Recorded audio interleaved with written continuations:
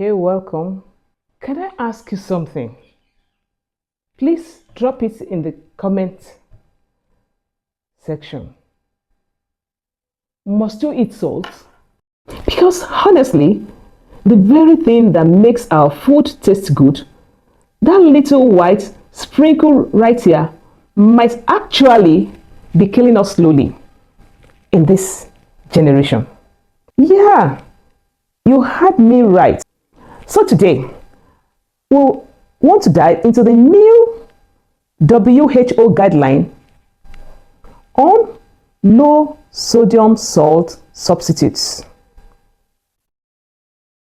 What it means for you, your family, and especially your children. And by the end of this video, you'll know how to protect your heart and still enjoy flavorful food. Do you know that more than 8 million people die every day from poor diet? And about 1.9 million of those deaths come from too much sodium that is in the salt. By the way, what we call salt, food grade salt, table salt, is chemically called sodium chloride. So the concern in your salt is the sodium, not the chloride. The average person eats what the body needs, up to 4.3 grams of sodium each day, while the recommended sodium that we need to function is 2 grams. You may want to wonder, it's roughly 1 teaspoon of salt. And 1 teaspoon is about 5 grams of salt. That's shocking, right? Why? Because we've trained our taste buds to think that salty equals delicious. And food companies are giving us exactly what we craving for, what we're demanding for. Salty chips, salty noodles, salty snacks, salty sauces, all loaded with sodium. So what is WHO recommendations? WHO is saying that we should replace the regular salt with low sodium salt substitutes that contain potassium chloride.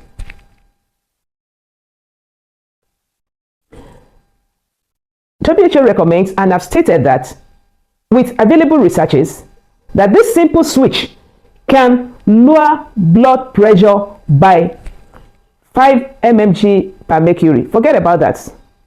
It could also reduce stroke by 10% and that of heart attacks by 30%. And if we want to say the total death from heart disease, as much as to 23%.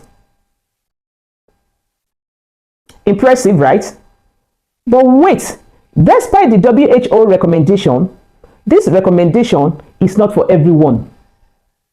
And that is where it matters. Then who should be careful? For healthy adults, the proposition for salt substitutes are safe. But please, if you have kidney problems or you are on potassium sparing medications, too much potassium can be dangerous. Why? It can cause irregular heartbeat or, in severe cases, cardiac arrest. That is why WHO calls it a conditional recommendation. So please, as much as you want to lower your sodium intake, if your medication or you have kidney issues, talk to your doctor first. What about children and the salt habits? Parents, listen closely. The WHO guideline does not apply to children or pregnant women because there are not enough scientific research data yet. However, here's what we know. Kids, if you train your children to grow up eating salty foods, they will develop a lifelong craving for salt. Their taste buds get wired early, and that means high blood pressure, more risk of heart diseases, and kidney problems later in life. So if you are raising little ones, try not to make salt their comfort flavor. Less salt they get used to now, the better their hearts will thank you later. Let's look at salt and the brain. This is one thing many of us don't realize. High salt doesn't just hurt your heart, it also affects your brain. Why? Too much sodium reduces blood flow up there, making concentrations harder and even increasing the risk of memory problems as we age. So every small cutback in salt helps your mind stay sharp too. How do you now reduce salt without losing taste? Now let's talk practical tips, because I know what you're thinking. But Dr. Mrs. O, without salt, my food will taste like a cardboard. I can say no, not really true. You can make food flavor with ginger, with garlic, with pepper, with herbs like thyme, rosemary, basil, lemon juice or vinegar, even your chili flakes. The principle is you start gradually. Your taste buds will adapt in 2 to 3 weeks. Don't forget, about 80% of the salt we eat, they come from processed foods. Your crackers, your biscuits, your noodles, your corned beef, even the paste, they are salted, because salt is a sort of preservatives. You could also include, for some of us in Africa, what we call crayfish, which in actual name is crawfish. Crawfish. You could have dried crawfish. You blend it. It's a very good flavor enhancer. And don't forget why, because crawfish already contains high level of salt.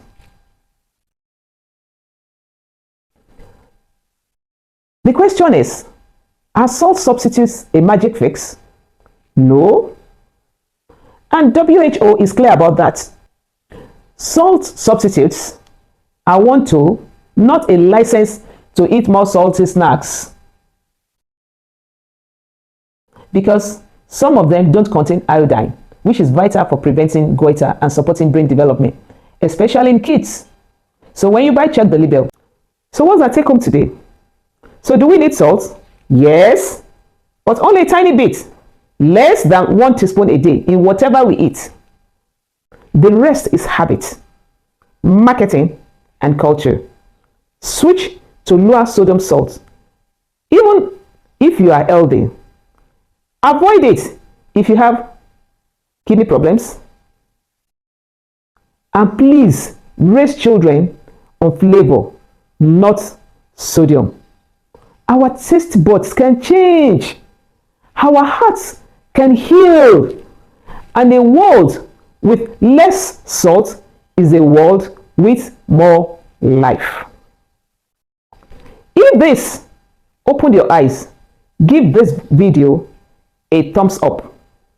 Share with someone who always reaches out for the salt before tasting the food. And subscribe now for more real talk nutrition science here on the Food Pond.